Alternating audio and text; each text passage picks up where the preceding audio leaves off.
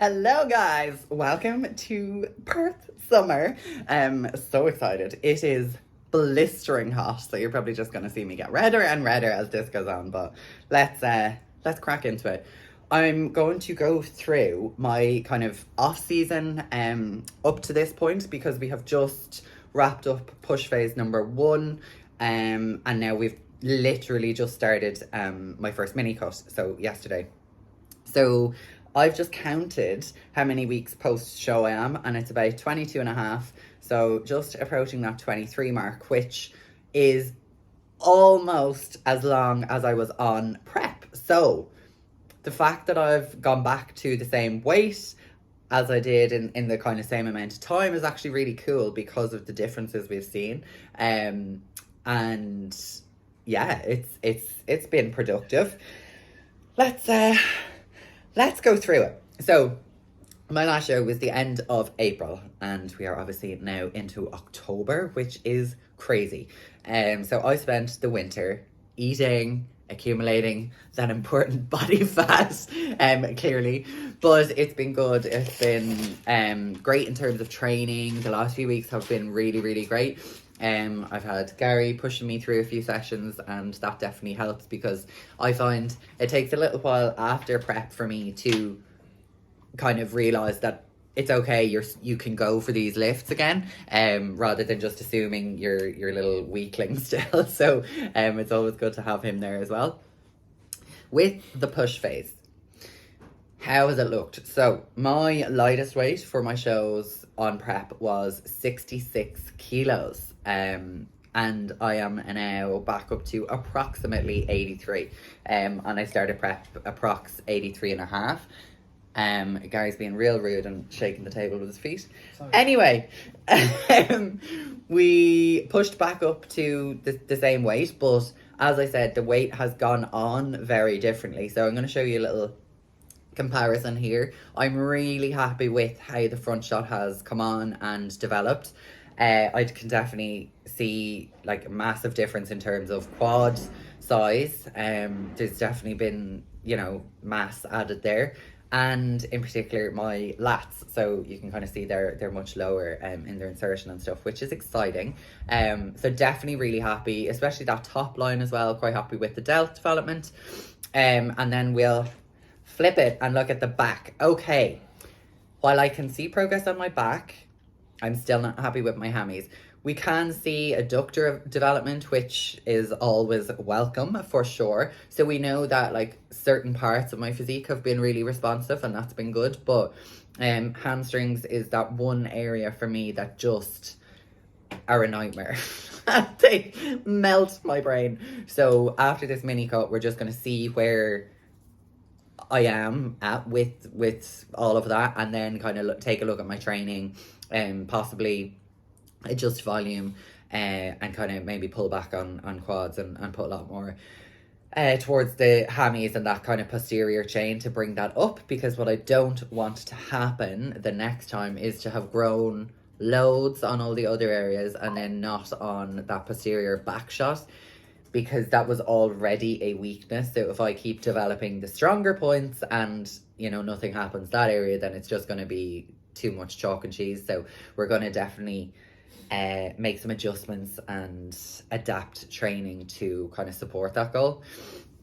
In regards to the mini cut, we are getting in and out. So this is only going to be about 4 to 5 weeks. I actually have a client photo shoot happening on 5th of November, and it'll be definitely nice to be a little bit leaner alongside the ladies on the day. But also I'm excited kind of with the timing, because I can just get into that last month with them, support them, because it's going to get really tough. This is most of their first time doing a photo shoot, so it'll just be good to kind of be there as, like moral support along the journey, share the challenge with each other. And then I'm off to America, so it'll definitely be nicer to be a bit leaner heading to train at goals, because no one wants to be the hippo in the corner, right?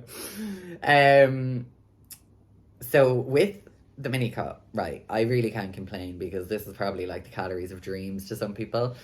So I would imagine they're going to be adjusted again. I was eating 2.9 and 3.3-ish, maybe 50 calories here or there. So they have dropped back down to 2.6 and 2.9. I mean, I'm obviously not hungry.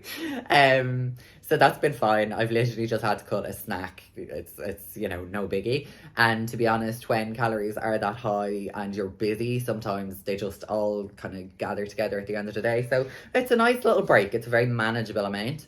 I have to do a little mini check-in on Sundays now with Meg, just send her over my weight and stuff, and then we're going to make adjustments as needed with the nutrition end of things.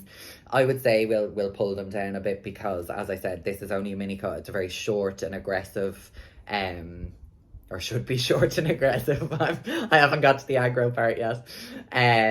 Yeah, so I'm definitely excited to see where we're at, a few kilos lighter. And then the plan is get calories straight back up after this mini cut. That's actually been something that's been really interesting for me the last kind of few diet phases, obviously prep, and then I had done a mini cut as well during my off season last year, and then when I initially joined Meg, we started with a mini cut. And one of the things that has been very different to previous diets with other coaches and ones I've done myself is the fact that we just get food back up, and it really hasn't caused body composition to get out of control or for me to feel yuck or anything like that. So that's really cool to see as well, the upregulation of metabolism as well with the muscle mass I've gained, which is cool. I can eat like 1,000 more calories than was my previous kind of most food before I started with Meg, obviously, which is really cool. And then with calories back up, I will be happy in my nappy, scooting off to America, to Walmart, and to try Chick-fil-A for the first time. And you bet your ass I'm going to the Cheesecake Factory, IHOP, Denny's, all of those fun places, because there's a time and place to restrict, and that is prep, and there's a time and place to enjoy yourself, and that is off season. And I'm not someone that's going to eat shit food all day every day for days and weeks on end, because I just don't like that. But I really enjoy the novelty of kind of going away and eating in different food spots, and ones that I remember when I used to work as a flight attendant, and I'd eat there, and when I visit my brother and different places we've been. So I'm excited to just get some good American food into me, some killer barbecue, some killer soul food. And then when we get back in December, it will be back into a push phase. So that's kind of from Christmas.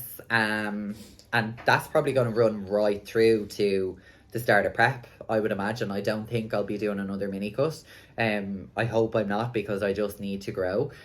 So we'll definitely, do all of the things that help keep body composition nice, and not slack off on cardio or slack off on steps, or start eating really shitty food just because it's off season.